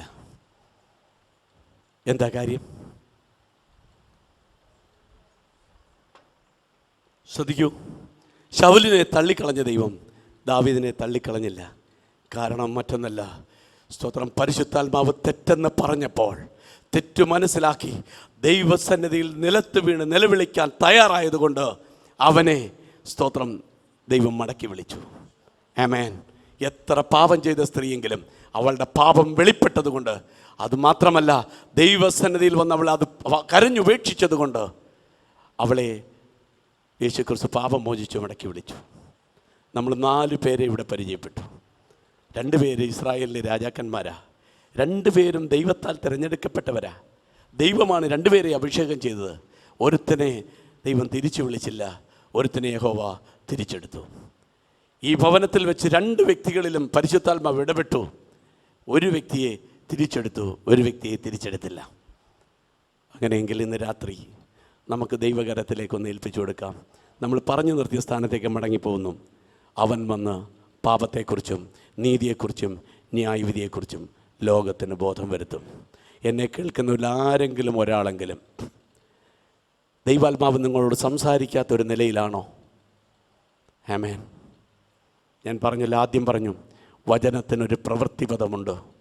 ഇന്ന് രാത്രി കേൾക്കപ്പെടുന്ന ദൈവവചനത്തിന് ഒരു പ്രവൃത്തിപദമുണ്ട്. ആ പ്രവൃത്തിപദത്തിലേക്ക് നടക്കുന്നതിനായി ഞാൻ വീണ്ടും, സ്തോത്രം, എടുത്തു പറയുന്നു. ഏതെങ്കിലും തരത്തിൽ നമ്മെ പരിശുദ്ധാത്മാവ് വിലക്കാത്തൊരനുഭവമാണോ എങ്കിൽ ഇന്ന് നിങ്ങൾ തിരിച്ചറിയണം, ആ സിസ്റ്റം ഔട്ട് ഓഫ് ഓർഡറാ. ദൈവം സ്ഥാപിച്ച സിസ്റ്റം ഔട്ട് ഓഫ് ഓർഡറാ. പാപത്തെ കണ്ടാൽ തിരിച്ചറിയാൻ കഴിയാത്ത നിലയിൽ, സ്തോത്രം, കണ്ണ് മങ്ങിപ്പോയിരിക്കുന്നു. പാപത്തിൻ്റെ അടുക്കിലേക്ക് ചെല്ലുമ്പോൾ ഇത് പാപമാണെന്ന് അത് മനസ്സിലാക്കാൻ കഴിയാത്ത നിലയിലേക്ക് നാം അധപ്പതിച്ചിരിക്കുന്നു. കാരണം മറ്റൊന്നല്ല, ഒരുവിധ പറഞ്ഞതാ, കേട്ടില്ല. ഇന്ന് നമുക്ക് അങ്ങനെയുള്ളവരാരെങ്കിലും ഒരാളെന്നെ ശ്രദ്ധിക്കുന്നെങ്കിൽ, ഞാൻ വിശ്വാസത്തിൽ വന്നു, ഇത്ര നാൾ ഞാൻ ഇത്തരം ഒരു അനുഭവം എനിക്കില്ല എന്നാരെങ്കിലും ഇന്ന് രാത്രി ശ്രദ്ധിക്കുന്നുണ്ട്. ഒരു മടങ്ങിപ്പോക്കിന് അവസരമുണ്ട്. എവിടേക്കാണ് മടങ്ങിപ്പോകേണ്ടത്? പ്ലീസ്, ഞാൻ ഉടനെ നിർത്താൻ പോകാം. നിങ്ങൾ ശ്രദ്ധിക്കണേ. എന്നെക്കാളും വലിയ വലിയ ദൈവദാസന്മാർ വന്ന് ശുശ്രൂഷിക്കുന്ന സ്ഥലമായത്. അതുകൊണ്ട് ഒരുപക്ഷെ ഞങ്ങളുടെയൊക്കെ ശുശ്രൂഷ നിങ്ങൾക്ക് അത്ര ഉൾക്കൊള്ളാൻ കഴിയുന്നില്ല. എങ്കിലും ദൈവാത്മാവ് തന്നതുകൊണ്ട് ഞാൻ പറയുന്നു, ദൈവത്തിന് മഹത്വം. മടങ്ങിപ്പോകാനൊരു ഇടമുണ്ട്. ഓർമ്മയുണ്ടോ? സ്നാനക്കുളത്തിൽ നിന്ന് കയറി കരയിൽ നിന്ന് സമയം, അന്നേരത്തെ വൈകുന്നേരം ഓർമ്മയുണ്ടോ? അമ്മയെ അമ്മച്ചി എന്ന് വിളിച്ച ഓർമ്മയുണ്ടോ? അനിയനെ മോനെ എന്ന് വിളിച്ച സമയം ഓർമ്മയുണ്ടോ? അന്ന് രാത്രിയിൽ തോരാതെ കരഞ്ഞ് ദൈവസന്നിധിയിൽ നിലവിളിച്ച് അവൻ്റെ പക്ഷത്ത് ചേർന്നെന്ന് ഓർമ്മയുണ്ടോ? ആത്മാവിൻ്റെ സാന്നിധ്യത്തിൽ വരുന്ന രാത്രി ഉറങ്ങാൻ കഴിയാതെ ഇരുന്ന സമയങ്ങൾ ഓർമ്മയുണ്ടോ? അടുത്ത ദിവസം കോളേജിലേക്ക് ചെല്ലുമ്പോൾ പരസ്യമായി ഞാനൊരു ദൈവവൈതലെന്ന് മനസ്സിൽ ഉറച്ചുകൊണ്ട് ചെന്ന ഓർമ്മയുണ്ടോ?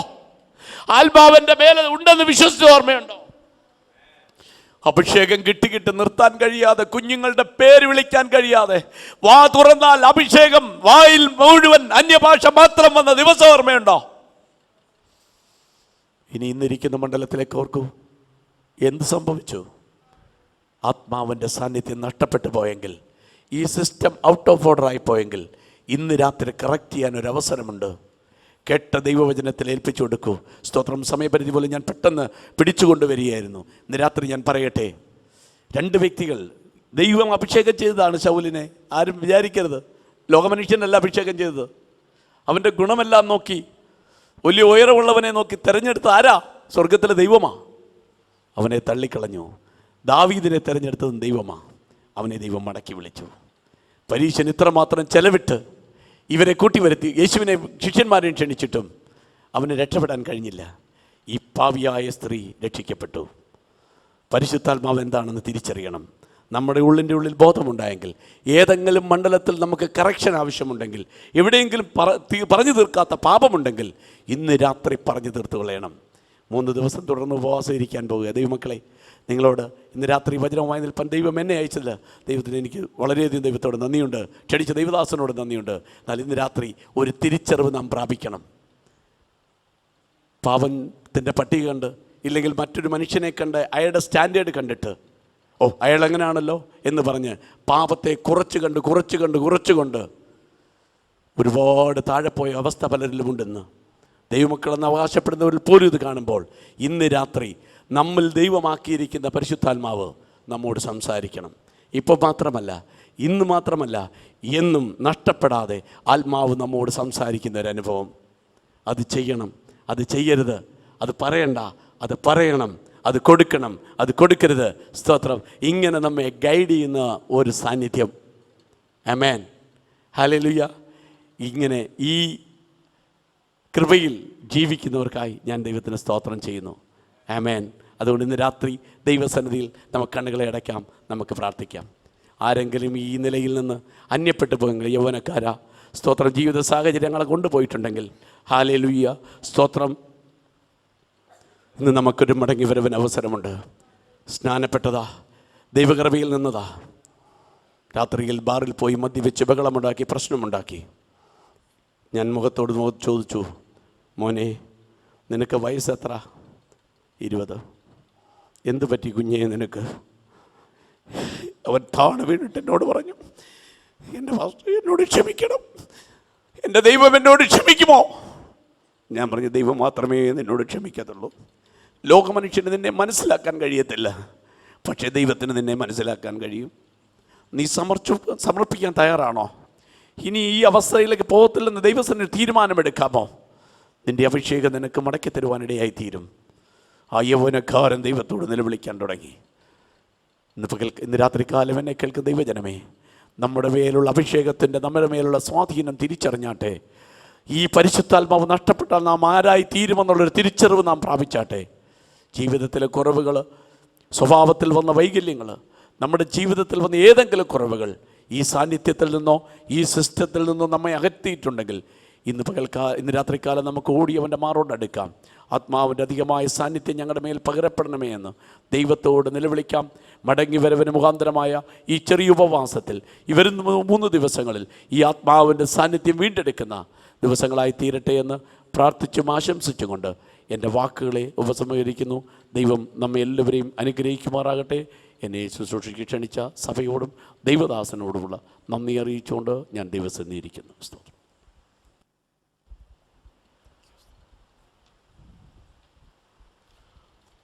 ദിവസം സ്വീകരിച്ച് കിടന്നു അനുഗ്രഹിക്കപ്പെട്ട സുരക്ഷിത കർത്താവിൻ്റെ ദാസന ദിവസം നന്ദിയിരിക്കും. നമ്മുടെ കണ്ണുകൾ നമുക്ക് ദിവസം ഉണ്ടാക്കാം.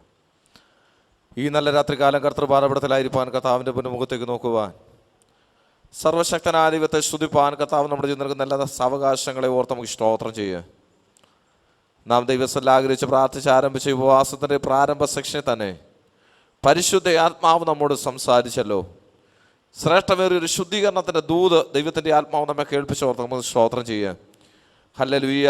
സത്യത്തിൻ്റെ ആത്മാവ് നിങ്ങളുടെ മേൽ വരുമ്പോൾ അവൻ നിങ്ങളെ സകല സത്യത്തിൽ നടത്തുമെന്ന്, അവൻ പാപത്തെക്കുറിച്ച്, നീതിയെക്കുറിച്ച്, ന്യായവിധിയെക്കുറിച്ച് ലോകത്തിന് ബോധം വരുത്തുമെന്ന് ദൈവത്തിൻ്റെ ആത്മാവ് നമ്മെ ഓർപ്പിച്ചല്ലോ. ഓരോ ദിവസവും നമ്മോടുകൂടെ സഞ്ചരിച്ച് നമ്മിൽ വസിച്ച് നമ്മെ നീതിയിലും വിശുദ്ധിയിലും കാത്തു സൂക്ഷിക്കുന്ന, അപ്രകാരം നമ്മെ നിർബന്ധിക്കുന്ന വലിയ ദൈവസ്നേഹത്തെ ഓർത്ത്, ദൈവാത്മ പകർച്ചയെ ഓർത്ത് നമുക്ക് സ്തോത്രം ചെയ്യുക. ഹല്ലേലൂയ. അവനാൽ പ്രാപിച്ച അഭിഷേകം നിങ്ങളിരിക്കുന്നു, ആരും നിങ്ങളെ ഉപദേശിക്കേണ്ട ആവശ്യമില്ല എന്ന് വചനം പറയുമ്പോൾ, ഹല്ലേലൂയ, അഭിഷേകം തന്നെ നമ്മെ ഉപദേശിച്ച് നടത്തുന്ന വഴികളെ ദൈവത്തിൻ്റെ ആത്മാവ് ഓർപ്പിച്ചല്ലോ. ഒരു പരീക്ഷ നീതീകരിക്കപ്പെടാത്തവനായിരിക്കുമ്പോൾ തൻ്റെ അവസ്ഥയെ തിരിച്ചറിഞ്ഞൊരു പാപിനിയായ സ്ത്രീ കർത്താവിനാൽ അംഗീകാരം പ്രാപിച്ചതുപോലെ, ഇസ്രായേലിൻ്റെ 1ാമത്തെ രാജാവായ ശൗൽ തള്ളപ്പെട്ടെങ്കിൽ 2ാമത്തെ രാജാവായ ദാവീദ് ദൈവത്താൽ അംഗീകാരം പ്രാപിച്ചതുപോലെ തള്ളപ്പെടുന്നവരുടെ കൂട്ടത്തിലല്ല, ജീവിതത്തിൻ്റെ മൂല്യച്യുതികളെ കണ്ട്, ആത്മീയ മണ്ഡലങ്ങളുടെ മൂല്യച്യുതികളെ കണ്ട് ഒന്നുണരുന്നവരായി തീരുവാൻ, ഒന്ന് മടങ്ങി വരുന്നവരായി തീരുവാൻ നമ്മെ നമുക്ക് ദൈവകരങ്ങളിൽ ഏൽപ്പിക്കുക. ആകാശമേ കേൾക്കാം, ഭൂമിയെ ചെവി തരിക. ഞാൻ മക്കളെ പോറ്റി വളർത്തി, അവരോ എന്നോട് മത്സരിച്ചു. കാള തൻ്റെ ഉടവിനെയും കഴുതൻ്റെ യജമാന്റെ പുൽത്തൊട്ടി അറിയുന്നു, എൻ്റെ ജനം എന്നെ അറിയുന്നില്ല എന്ന് വിലപിക്കുന്ന സർവശക്തന്റെ ശബ്ദത്തിന് മുമ്പിൽ വാസ്തവമായ ദൈവത്തെ അറിയേണ്ടതുപോലെ അറിയുവാൻ, ദൈവത്തിൽ വസിപ്പാൻ നമ്മെ ദൈവകരങ്ങളിൽ ഏൽപ്പിച്ച സ്തോത്രം. ദൈവത്തിൻ്റെ ആത്മാവ് ശക്തമായി നമ്മോട് സംസാരിച്ചല്ലോ. ഒരു ശുദ്ധീകരണത്തിൻ്റെ ദൂത് കർത്താവ് നമ്മെ കേൾപ്പിച്ചല്ലോ. ഹല്ലേലൂയ. ഒന്നാമത്തെ രാജാവാകുന്ന ശൗലിൻ്റെ അഭിഷേകം നഷ്ടപ്പോഴുണ്ടായ ആത്മീയ അധപ്പതനവും തൻ്റെ ജീവിതത്തിലുണ്ടായ അപജയങ്ങളും തിരിച്ചറിഞ്ഞ് ഒരു ദാവീദ് ദൈവസന്നിധി നിലവിളിച്ചു, നിന്റെ ആത്മാവിനെ എന്നെ എടുത്തു കളയരുതേ, നിന്റെ രക്ഷയുടെ സന്തോഷം എനിക്ക് തിരികെ തരണമെന്ന് ദൈവത്തിൻ്റെ ആത്മാവ് ഓർപ്പിച്ചല്ലോ.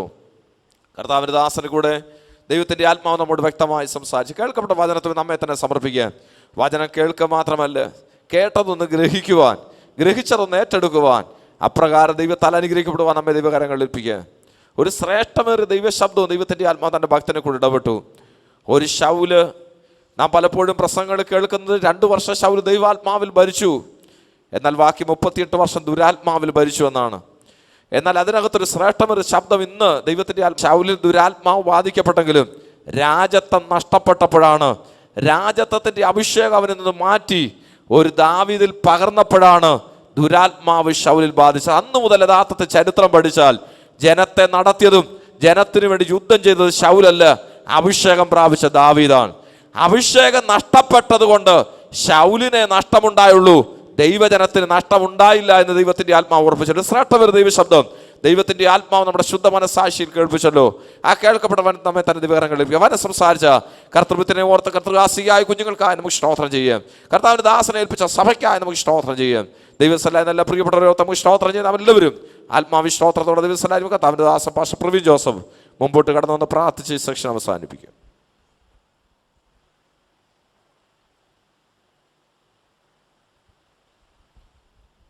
സ്തോത്രം സ്തോത്രം സ്തോത്രം സവിതാവെ നല്ല ദൈവമേ, നല്ല സമയത്തിനായി വേണ്ടി സ്തുതിക്കുന്നു, വാഴ്ത്തുന്നു. ഉപവാസൻ്റെ പ്രാരംഭ ദിവസം ദൈവമേ ഞങ്ങളുടെ പാതപീഠത്തിലായിരിക്കാൻ, ഹല്ലേലൂയ സ്തോത്രം പാട്ടുകൾ പാടുവാൻ, ദൈവവചനം ശ്രദ്ധിപ്പാനൊക്കെ ദൈവമേ നീ ഒരിക്കൽ നല്ല അവസരത്തിനായിട്ട് നന്ദിയോടെ സ്തോത്രം ചെയ്യുന്നു. ദൈവമേ ഹല്ലേലൂയ. കർത്താവിൻ്റെ ദാസനിലൂടെ ദൈവമേ ഞങ്ങളെ കേൾപ്പിച്ച എല്ലാ വചനങ്ങൾക്കായിട്ട് നന്ദിയോടെ സ്തോത്രം ചെയ്യുന്നു. ഹല്ലേലൂയ. ദൈവമേ സ്തോത്രം. ഹല്ലേലൂയ. ദൈവമേ ലോകത്താൽ തള്ളപ്പെട്ട ദൈവമേ സ്തോത്രം. ഹല്ലേലൂയ. പാപത്തിൻ്റെ കുഴിയിലായിരുന്ന ഞങ്ങളെ ദൈവമേ ഹല്ലേലൂയ നീ വിളിച്ച് വീണ്ടെടുത്തു. ഹല്ലേലൂയ. ഇത്രയേറെ ഭാഗ്യകരമായ ഹല്ലേലൂയ സ്തോത്രം. ഹല്ലേലൂയ. പദവികൾക്കുള്ള അവകാശികളാക്കി ദൈവമേ നീ തീർത്താനായിട്ട് നന്ദിയോടെ സ്തോത്രം ചെയ്യുന്നു. ഹല്ലേലൂയ. എന്നാൽ ദൈവമേ സ്തോത്രം. ഹല്ലേലൂയ. ഞങ്ങൾ കേട്ടതുപോലെ ഹല്ലേലൂയ സ്തോത്രം. ഹല്ലേലൂയ. ദൈവമേ നിന്നിൽ നിന്ന് അകന്നു പോകുവാനായിട്ട്, പരിശുദ്ധാത്മാവിനെ ദുഃഖിപ്പിക്കുന്നവരായിട്ട് ഹല്ലേലൂയ സ്തോത്രം. ഹല്ലേലൂയ. അങ്ങനെ ജീവിക്കുന്ന ഹല്ലേലൂയ ഞങ്ങളുടെ ഹല്ലേലൂയ ഞങ്ങളുടെ ദൈവമേ സ്തോത്രം. ഹല്ലേലൂയ. ശരീരത്തിനും മനസ്സിലും എന്തെങ്കിലും പ്രവൃത്തികളുണ്ടെങ്കിൽ ഹല്ലേലൂയ ഈ ദിവസങ്ങളിൽ ഹല്ലേലൂയ അത് ഏറ്റുപറഞ്ഞ് ഉപേക്ഷിച്ച് ദൈവമേ കൂടുതലായിട്ട് നിന്നോട് അടുത്ത് വരുവാൻ ദൈവമേ നീ ഇടയാക്കണമേ എന്ന് പ്രാർത്ഥിക്കുന്നു. ഹല്ലേലൂയ. നിന്നോട് ചേർന്ന് ക്രിസ്തുവിന് ഹല്ലേലൂയ സ്തോത്രം. ഹല്ലേലൂയ ഇഷ്ടമുള്ളൊരു ജീവിതം നയിപ്പാനായിട്ട് ഹല്ലേലൂയ ക്രിസ്തുവിന് അനുകൂലരായി തീരാനായിട്ട് ഹല്ലേലൂയ അടിയങ്ങളെ നീ സഹായിക്കണമേ എന്ന് പ്രാർത്ഥിക്കുന്നു. ഹല്ലേലൂയ. ദൈവമേ സ്തോത്രം സ്തോത്രം. ഹല്ലേലൂയ. ദൈവമേ ഹല്ലേലൂയ. കർത്താവിൻ്റെ ദാസനായിട്ട് ഞങ്ങൾ പ്രാർത്ഥിക്കുന്നു. ഹല്ലേലൂയ. ഇത്രത്തോളം ദൈവമേ നീ ശുശ്രൂഷയെ സഹായിച്ചാനായിട്ട് സ്തോത്രം. തുടർന്ന് ദൈവമേ തൻ്റെ ശുശ്രൂഷ ദൈവമേ നീ സഹായിക്കാൻ അനുഗ്രഹിക്കുകയും ചെയ്യണമേ എന്ന് പ്രാർത്ഥിക്കുന്നു. തൻ്റെ സഭയെ നീ അനുഗ്രഹിക്കണമേ, കുടുംബത്തെ ദൈവമേ നീ അനുഗ്രഹിക്കണമേ എന്ന് പ്രാർത്ഥിക്കുന്നു. ഹല്ലേലൂയ. വീണ്ടും ഞങ്ങളുടെ വചനമായി ഹല്ലേലൂയ ശക്തിയോടെ ദൈവമേ നിൽപ്പാൻ നീ സഹായിക്കണമേ എന്ന് പ്രാർത്ഥിക്കുന്നു. കൂട്ടിക്കൊണ്ടുവരുത്തിയ എല്ലാ സ്വന്തം ദൈവജനത്തിനായിട്ട് ഞങ്ങൾ പ്രാർത്ഥിക്കുന്നു. അവരെ നീ അനുഗ്രഹിക്കുമാറാകണമേ. ഉപവസിപ്പാനാവശ്യമായ ബലം ആരോഗ്യം നൽകണമേ എന്ന് പ്രാർത്ഥിക്കുന്നു. ഹല്ലേലൂയ. പൂർണ്ണ ഈ ദിവസങ്ങളിൽ ഹല്ലേലൂയ അങ്ങയുടെ പാതപീഠത്തിലായിരിക്കുമ്പോൾ പൂർണ്ണ സമർപ്പണത്തോടെ ദൈവമേ സ്തോത്രം. ഹല്ലേലൂയ. ഞങ്ങളുടെ സ്തോത്രം ഞങ്ങൾ കേട്ടതുപോലെ തന്നെ ഹല്ലേലൂയ ഞങ്ങളുടെ ഹൃദയം ദൈവമേ സ്തോത്രം അങ്ങയുടെ മുമ്പാകെ പകർന്നുകൊണ്ട് ജീവിപ്പാൻ ഹല്ലേലൂയ ഞങ്ങളെ നീ സഹായിക്കണമേ. ഹല്ലേലൂയ. ഞങ്ങളുടെ ജീവിതത്തിലുള്ള തെറ്റുകളും കുറവുകളൊക്കെ ഏറ്റുപറയുവാൻ ദൈവമേ ഞങ്ങളെ നീ സഹായിക്കണമേ എന്ന് പ്രാർത്ഥിക്കുന്നു. ഞങ്ങൾക്ക് പ്രസാദകരമായ ജീവിതം നയിപ്പാൻ ഞങ്ങളെ നീ സഹായിക്കണമേ. ദൈവമേ സ്തോത്രം സ്തോത്രം. ഇപ്പോൾ അടിയങ്ങൾ കടന്നു പോകുന്നു, ഞങ്ങളുടെ സാന്നിധ്യം വീണ്ടും ഞങ്ങളോട് കൂടെ ഉണ്ടായിരിക്കണമേ എന്ന് പ്രാർത്ഥിക്കുന്നു. പ്രാർത്ഥനയിൽ യേശുവിന്റെ നാമത്തിൽ അപേക്ഷിക്കുന്നു സഹിതാവേ, ആമേൻ. കർത്താവിന്റെ പ്രാർത്ഥനയായി കരങ്ങളെടുത്ത് കർത്താവിന് സ്തോത്രം ചെയ്യാം. സ്തോത്രം സ്തോത്രം സ്തോത്രം. ഇന്ന് രാത്രി കാലം കർത്താവ് നമ്മോട് ശബ്ദിച്ച് നമ്മോട് സംസാരിച്ച് കർത്താവ് നമ്മെ ബലപ്പെടുത്തി ഓർത്ത് നമുക്ക് സ്തോത്രം ചെയ്യാം. സ്തോത്രം സ്തോത്രം സ്തോത്രം സ്തോത്രം സ്തോത്രം. പിതാവായ ദൈവത്തിന്റെ സ്നേഹപുത്രനായ യേശു ക്രിസ്തുവിന്റെ കൃപയും പരിശുദ്ധാത്മാവിന്റെ സമുദ്രസ്വാസം കൂട്ടായ്മ നാം ഓർത്ത് പ്രാർത്ഥന വിഷയമലും ഓർത്ത് പ്രാർത്ഥിപ്പാൻ കടപ്പെട്ട വിഷയത്തിലും ഭൂലോകത്തിൽ 5 വിഷയമാണ് വരും. വിശേഷാൽ ഇന്ന് രാത്രി കാലം കാണുന്ന എല്ലാ ദിവജനത്തിന്മേലും വരും സെക്ഷനുകളുടെ മേലും ഇപ്പോഴും എപ്പോഴും കർത്താവിന്റെ വരവരെ ഉണ്ടായിരിക്കുമാറാകട്ടെ. കർത്താവായ യേശു മുഖാന്തരം ജയം ദൈവത്തിന് നമുക്ക് സ്തോത്രം ചെയ്യാം. ഹല്ലേലൂയ ഹല്ലേലൂയ ഹല്ലേലൂയ. ആമേൻ. കർത്താവായ യേശുവേ വേഗം വരണമേ. കർത്താവ് നമ്മെ സഹായിക്കട്ടെ. നാളെ പകലും